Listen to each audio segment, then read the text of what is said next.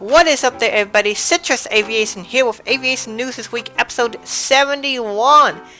And in the new NG models release video, I talked about the new Beijing Daxingi International Airport. And so I wanted to show you guys what the airport looks like.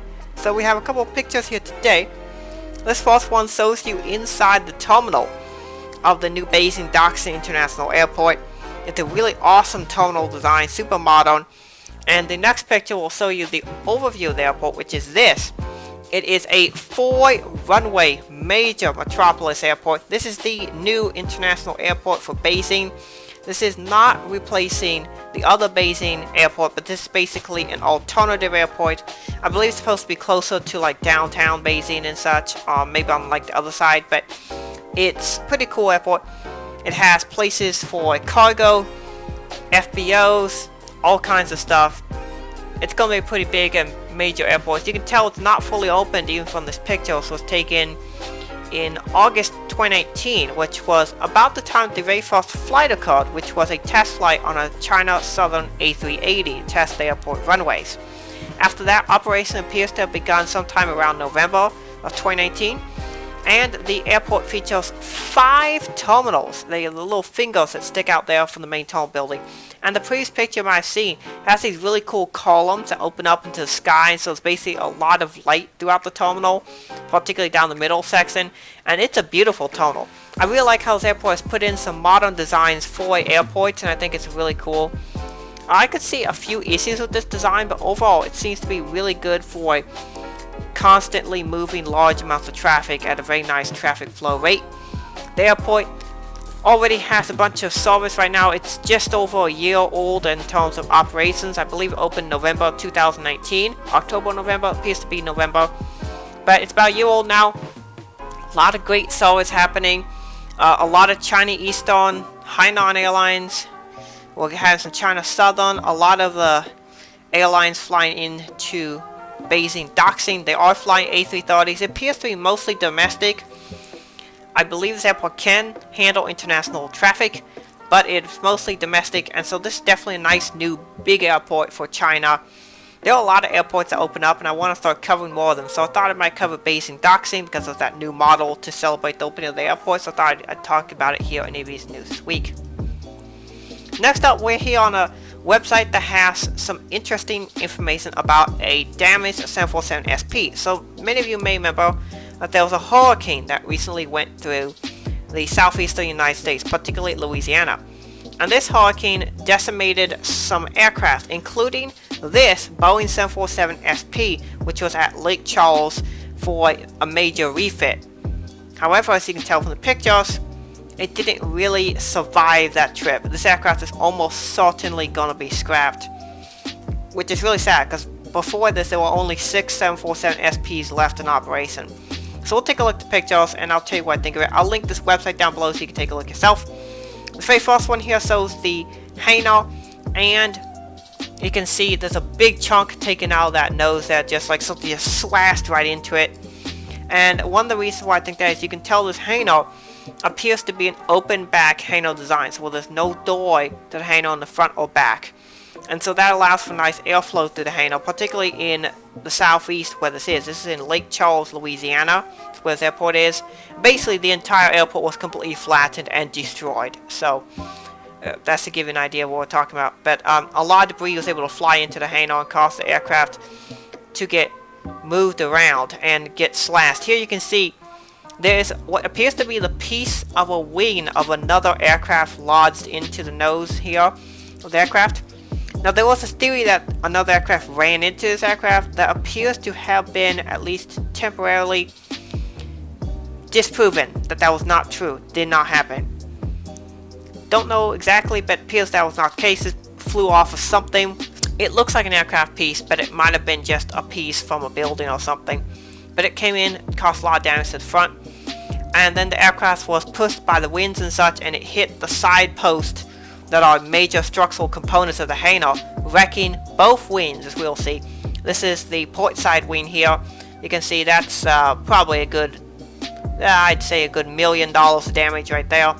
And you can see on the other side, yeah, there's another $1 million of damage there as well. So major structural refit needed. You can see a lot of things have been blown off. A lot of those little round things there, those little round portholes that go into the wing, all of those are just gone. Now I believe some of those were removed because in the C, when they do the major checks, this might have been a C check, something like that. Often when they're doing those checks, a lot of those parts get removed so they can inspect inside and such. And you can see the flaps and the slats were fully extended into their repair position so that they could be taken a look at. But you can see here, just more pieces generally around the aircraft are just missing. That should be there. You can see a couple pieces just dangling. That's definitely not supposed to be like that. You can see these aircraft was shredded up really badly. And so most likely this aircraft will not be returning to service. Unfortunately, that'll remove another 747 SP.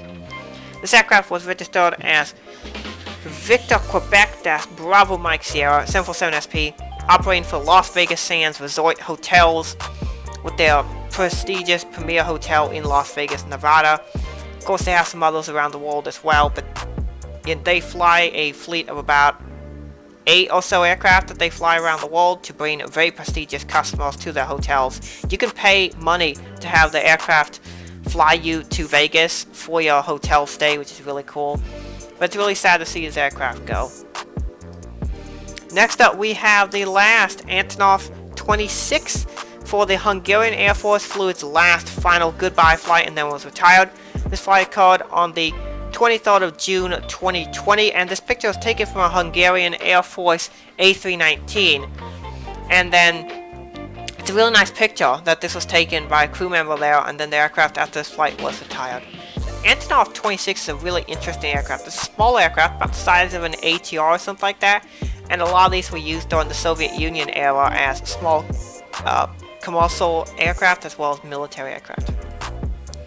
Next up, Jetstar Japan has to see the very first A321neo. This is an A321-251NX. This aircraft wore the test registration of Delta Alpha Yankee Alpha Victor on the 23rd of October 2020.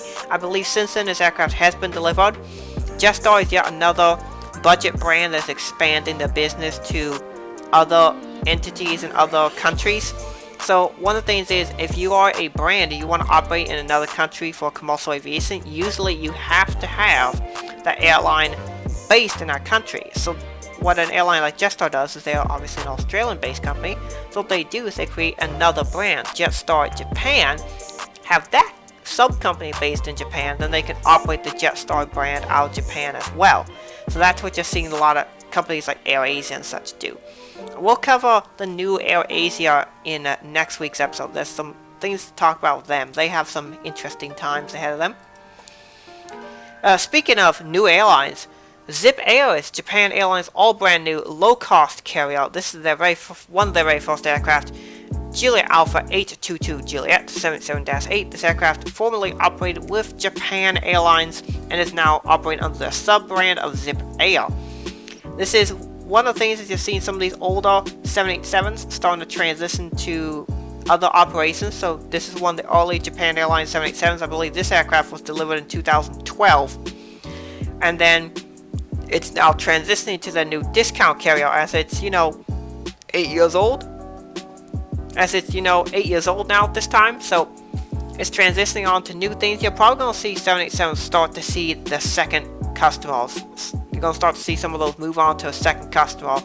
And essentially this is it, but it's staying in the Japan Airlines brand, which is super clever to do it that way.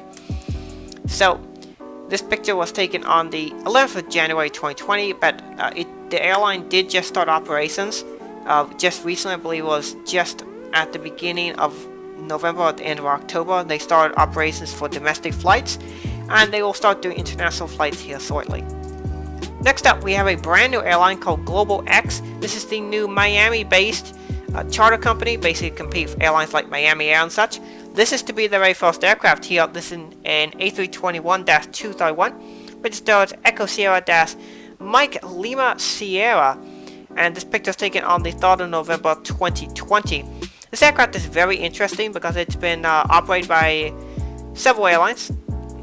It's an interesting aircraft because it has been previously operated by Vietnam Airlines, and so it's now operated by this Globalx Air here in the US.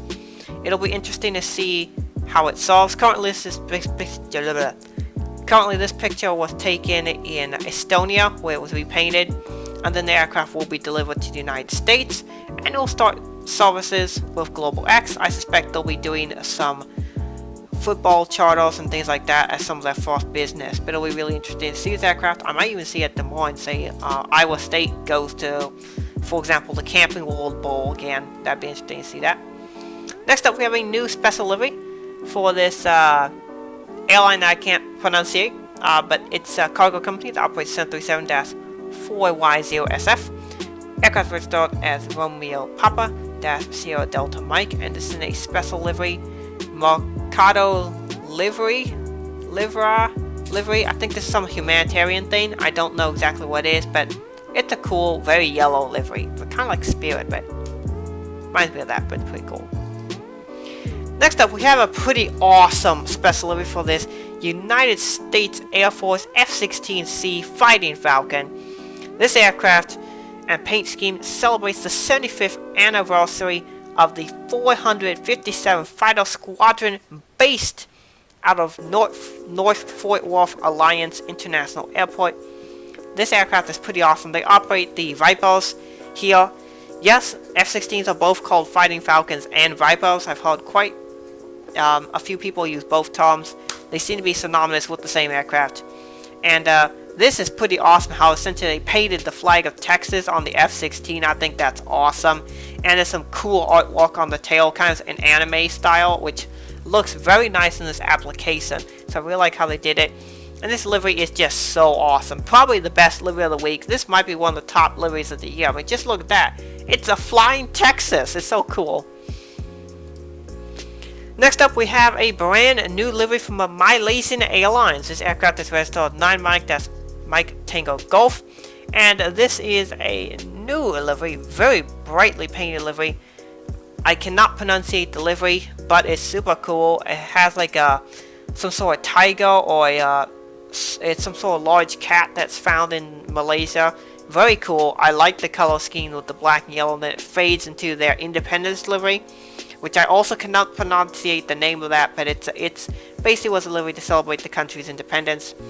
This is a very cool livery. This picture was taken on the 4th of November 2020, just as the F-16 was.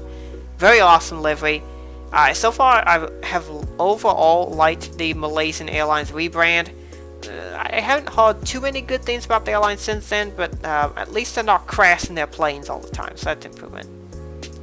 And then we do have some route news. Got some very big announcements for route news. First up, we have Virgin Atlantic. They are announcing 2 new flights. So you might remember about a month or 2 ago, I covered a new service to Pakistan for Virgin Atlantic. Well, they're now adding services to India. First up, they'll be flying Manchester to Mumbai starting on December the 19th. That'll be 3 times weekly, and then they'll be doing Manchester to Delhi starting on January the 5th, and that will be 2 times weekly. Both will be operated on the 787-9. It'll be a great entrance into the Indian market for Virgin Atlantic, and I'm sure they'll be very successful with that. And then the second big route news, and this one is really interesting.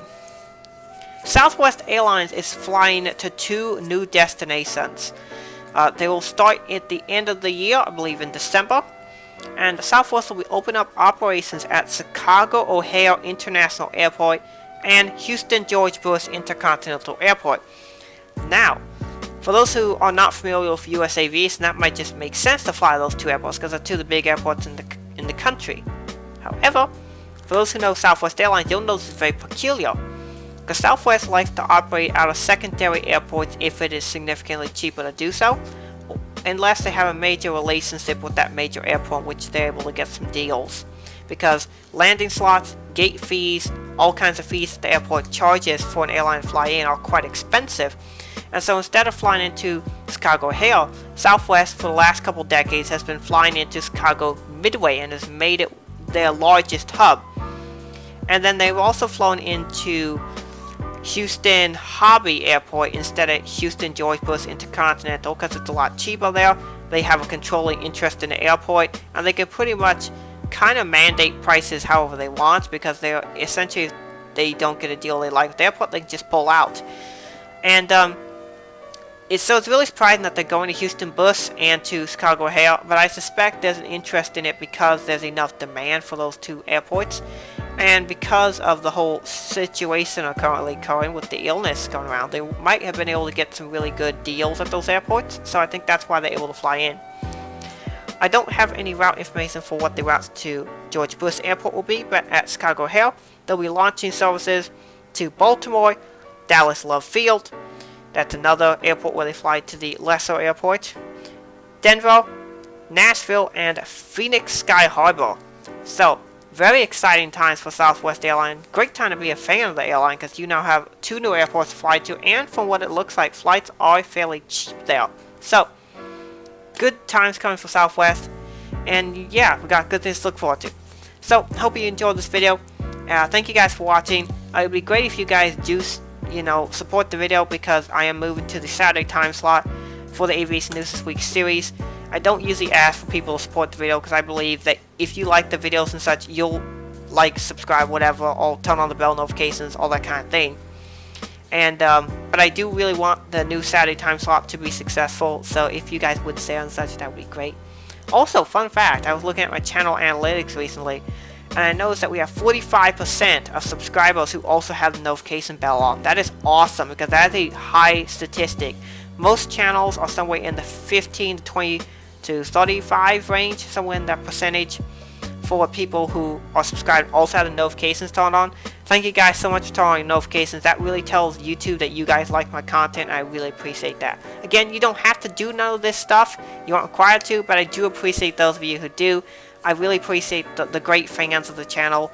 As at this point, I've been starting to get messages from people on a fairly regular basis like, hey, I thank you so much for your content. I really enjoy it. I love your videos, that kind of thing. And I really want to thank you guys so much, because it really makes my day when I hear those things. And it's something. It's part of the mission of this channel, to really bring enjoyment to you guys through aviation content. I want to thank you guys so much for watching the videos.